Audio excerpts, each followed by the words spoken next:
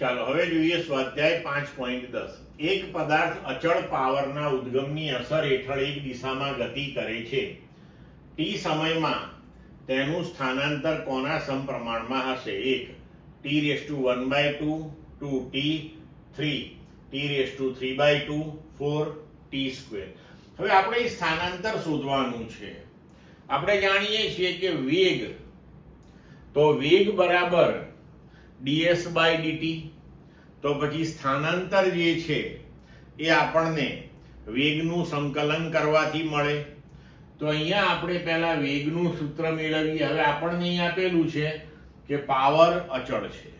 હવે power p બરાબર w/tw એટલે કાર્ય, અને આપણે લખી શકીએ કે કાર્ય બરાબર ગતિ ઉર્જામાં થતો ફેરફાર. તો આપણે લખી શકીએ અહીંયા કે w બરાબર ½ mv². અહીંયા -½ mv02 આવે, પણ એ લખવાની જરૂર નથી, કારણ કે એક પદાર્થ જે છે તેને આપણે પ્રારંભમાં સ્થિર ગણી લઈએ છીએ. તો k0 એ શૂન્ય થશે. તો w બરાબર ½ mv². હવે પાવર બરાબર w/t, તો w બરાબર પાવર ઇન્ટુ t થઈ જશે. હવે આપણે અહીંયા v ને સૂત્રનો કરતા બનાવવાનો પ્રયત્ન કરીએ. તો v² બરાબર 2pt/m. બંને બાજુએ વર્ગમૂળ લઈ લઈએ તો v બરાબર 2pt/m આખાઈને ⁻². હવે વેગનું સૂત્ર મળી ગયું આપણને. તો આપણે વેગ બરાબર ds/dt બરાબર 2pt/m ⁻² લખી શકીએ. તો ds બરાબર 2pt/m ⁻². તો બંને બાજુએ આપણે સંકલન લઈ લઈએ. તો s બરાબર સંકલન vdt બરાબર સંકલન 2pt/m ⁻² dt. હવે તમે જુઓ 2p અને m એ તો અચળ છે, તો આપણે સંકલન કરવાનું આવશે t⁻² નું.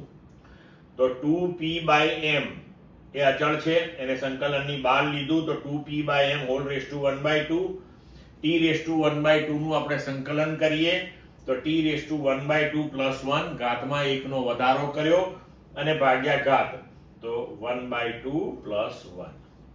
તો હવે અહીં આપણને મળશે 2p/m ⁻² into t⁻³ /3/2. હવે તમે જુઓ અહીંયા આગળ કે t સિવાય ના બધા જ પદો જે છે એ અચળ છે અહીંયા આગળ, બરોબર. તો આ સમીકરણની અંદર આટલો ભાગ જે છે એ અચળ હોવાથી આપણે લખી શકીએ કે s ચલે છે t⁻³/2. એટલે આપણને આપેલા વિકલ્પ પ્રમાણે આપણો જવાબ થશે 3. ક્લિયર મિત્રો?